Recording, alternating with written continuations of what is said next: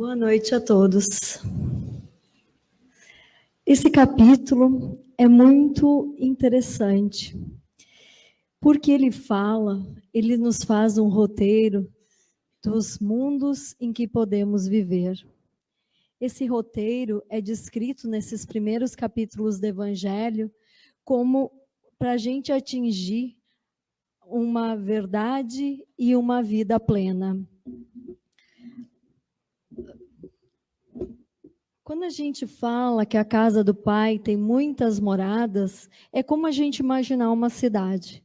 Numa cidade, tem pessoas que estão trabalhando, crianças que estão indo à escola, pessoas que estudam, pessoas que estão no hospital, pessoas que estão na prisão. Então, e a cada momento da nossa vida, nós vamos passar por uma dessas situações, por uma dessas moradas temporárias. Não quer dizer que todos vão estudar até o fim, né? Que alguns vão passar pela prisão, mas todos vão passar por mudanças. E a cada mudança que fizemos, nós saímos de nossas próprias prisões. Nós saímos dos nossos hospitais, porque muitas das nossas situações e dos nossos sentimentos nos mantêm doentes. E a gente, com o passar do tempo, vai evoluindo, e vai modificando, e vai melhorando. E isso acontece conforme o nosso aprendizado. Por exemplo, todos estão na mesma casa, todos nós estamos aqui. Mas talvez há muitos de nós que estão aqui, inclusive alguns dos trabalhadores, que nem sempre está tão bem, que ele está com dificuldades. Às vezes a morada dele, a consciência, a mente, está em outro lugar, mas ele ainda assim está na casa do Pai, está em uma das casas do Pai, mesmo que ele não esteja vivendo o melhor momento. E como é que se dá onde é que nós estamos? Pela nossa vibração. O Evangelho e Kardec, eles colocam muito bem. Eles colocam primeiro, como é o indivíduo? O indivíduo pode ser imperfeito, bom ou puro. Ele descreve em que estado a gente pode estar.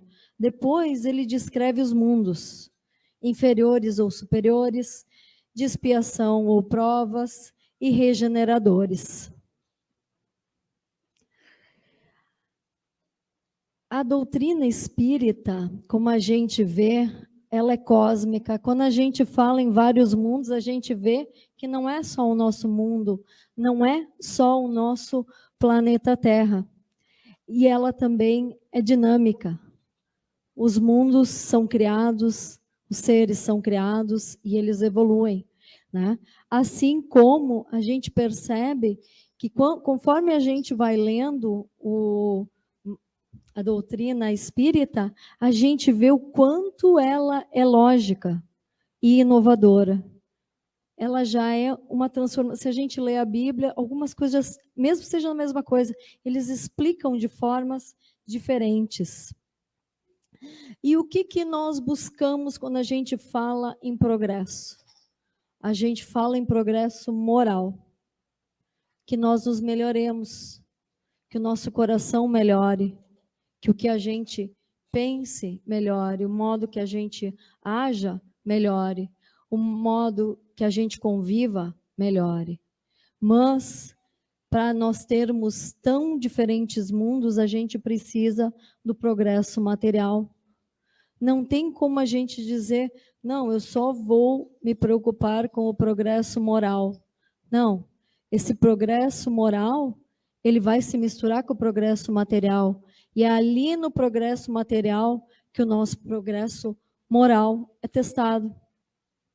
Quando a gente trabalha, quando a gente aprende, quando a gente tem professores, quando a gente tem colaboradores, quando a gente tem colegas, como aqui no Centro Espírita, ou simplesmente dentro de casa, nós vemos até onde vai o nosso progresso moral. Ou seja, nós precisamos ser deste mundo, estarmos no progresso material e nos abstrairmos para um progresso moral, e não ser deste mundo, sermos melhores que isso, melhores do que as coisas que a gente vê à nossa volta. A gente precisa achar o equilíbrio. Bom, quando a gente fala do ponto material, do ponto físico, eu vou trazer um dado que é bem interessante. Nós temos 200 bilhões de galáxias. Para quem achava que a gente estava sozinho, né? Socorro. E em cada galáxia tem 100 bilhões de sóis. Alguém ainda acha que a gente está sozinho? Acho que não, né? A casa paterna, como ele mesmo coloca, é gigantesca. Sem considerar, isso nós estamos falando em termo físico, todas as regiões espirituais vinculadas. E daí, quando nós falamos em doutrina espírita, na verdade, eles falam aqui dentro, é bem interessante se a gente observar bem, nesse capítulo, que é a doutrina dos espíritos. Não é dos espíritas, é de todos os espíritos. A doutrina espírita, ela veio com a tarefa de semear todas as inovações que vêm com ela. E todos esses dados que a gente coloca, a gente pode ver que eles já são senso comum, eles já estão sendo provados pela astronomia, é muito interessante, né? Agora nós vamos pensar na nossa evolução espiritual. A gente falou do plano físico, agora nós vamos falar da evolução espiritual. Se nós vamos falar em evolução espiritual até o presente momento, nós podemos mensurar. Antes de Jesus, depois de Jesus. E quando nós olhamos para frente, o que vemos? O que vemos é infinito. Nós não temos como mensurar. Nós vemos a eternidade, né? Daí a gente lembra de Sócrates, né?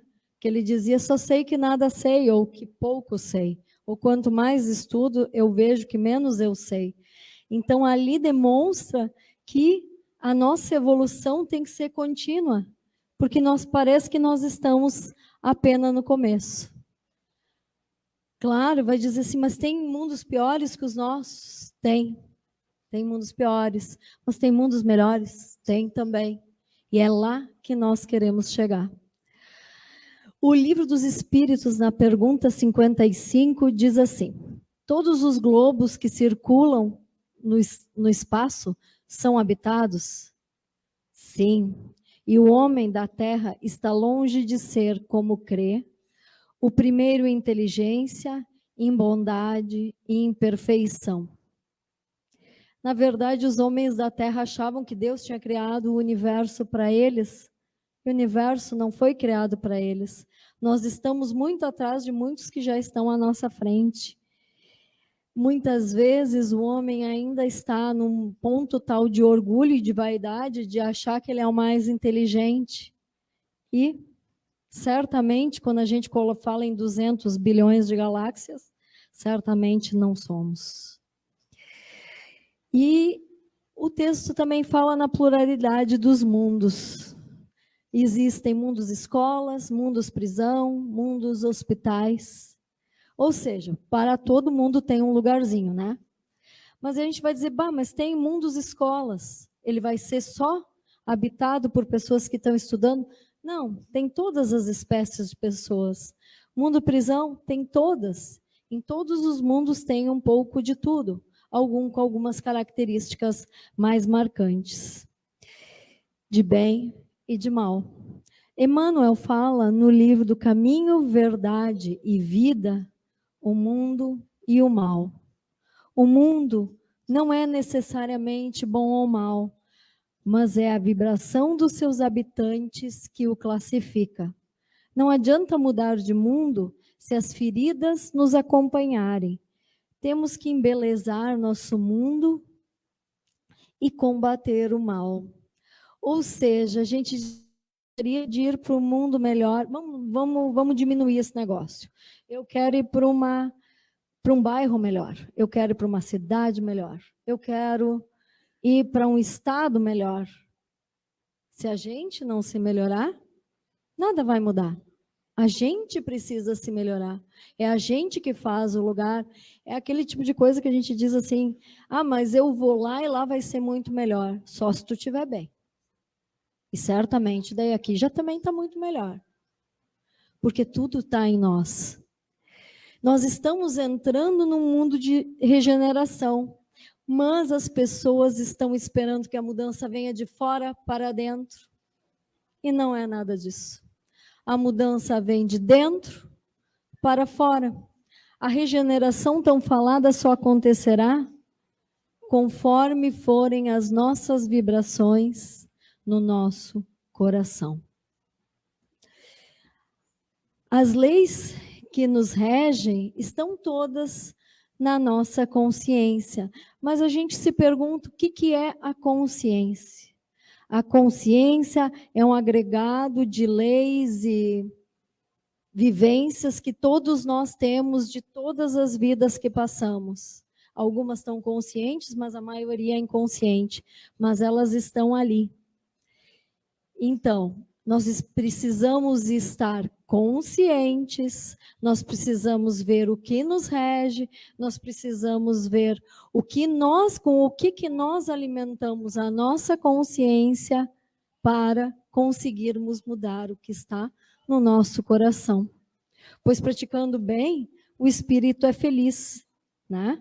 Então, cada um tem que construir a sua consciência. E daí, quando a gente chega em casa de noite, a gente pergunta, eu fiz tudo o que estava de acordo com a minha consciência? Eu fiz tudo o que é do meu dever? E alguém tem algo contra mim? Porque a gente não pode só esperar que seja o que eu acho. A gente tem que ver como é que os outros também estão nos olhando. Porque nem só daquilo que está dentro de nós a gente consegue se avaliar. Às vezes vem uma avaliação externa e a gente progride com isso também. E se formos conscientes, será que podemos elevar a nossa vibração? Sim. Podemos nos analisar melhor? Sim. Quando a gente fala de consciência, é impossível não lembrar do livro Nosso Lar e de André Luiz. Quando ele estava lá no umbral, ele conseguiu elevar a consciência, ele conseguiu sair daquela morada. Mas só quando ele elevou a consciência. E é isso que nós temos que fazer, mas aí ele mudou de atitude e de sentimentos. Todo mundo deve saber um pouco do livro. É naquele momento que ele vê que ele não fez tudo certo na vida dele, ele pede perdão. E ali o sentimento dele muda. E é isso que nós temos que buscar, e a vibração dele mudou junto. Por exemplo, se ele não mudasse nada, adiantaria ele ir para algum lugar melhor na colônia, Nosso Lar? Não adiantaria. Lá teve uma senhora no livro que ela se machucava e um daqueles que foram lá resgatar, eles queriam muito levar ela, mas os outros disseram, você não vê? Ela ainda não se modificou internamente. Ela vai ir por outro lugar e ela vai continuar agindo da mesma maneira. Para nós imaginarmos um lugar melhor para nós, ele tem que começar dentro da gente. Aí vamos lá. Isso é um processo, né? É um processo, a gente não consegue fazer isso de uma hora para outra. André Luiz levou 8 ou 10 anos, agora já não me lembro mais, mas foi muito tempo para ele conseguir. Quando as pessoas chegam aqui na casa, e muitas vezes chegam pessoas realmente que a gente vê que está doendo no corpo, está doendo na alma. Nós aqui da casa queremos o melhor tratamento. Nós queremos que ela faça o último estágio do tratamento logo para ver se ela melhore. Mas às vezes nem nós entendemos que ela precisa passar por um estágio. Que a gente tem um acolhimento fraterno, a gente vem tomar passe, a gente faz um pronto-socorro, a gente volta, olha as palestras, Muitos de nós, os médiuns, num pronto-socorro, pedem, venham assistir às aulas da escola espírita para aprender um pouco mais. E tudo isso é um processo, que é o que nós estamos fazendo aqui na vida. A gente acha que, às vezes, o nosso sentimento, a gente acorda triste de manhã e a gente diz, eu quero mudar isso. A gente vai mudar um pouquinho cada dia, a gente não pode desistir. Não adianta a gente achar que a nossa vida vai mudar assim rápido. Não, é de hoje para amanhã. Algumas coisas a gente até muda, mas a vibração, ela se eleva e se abaixa gradualmente.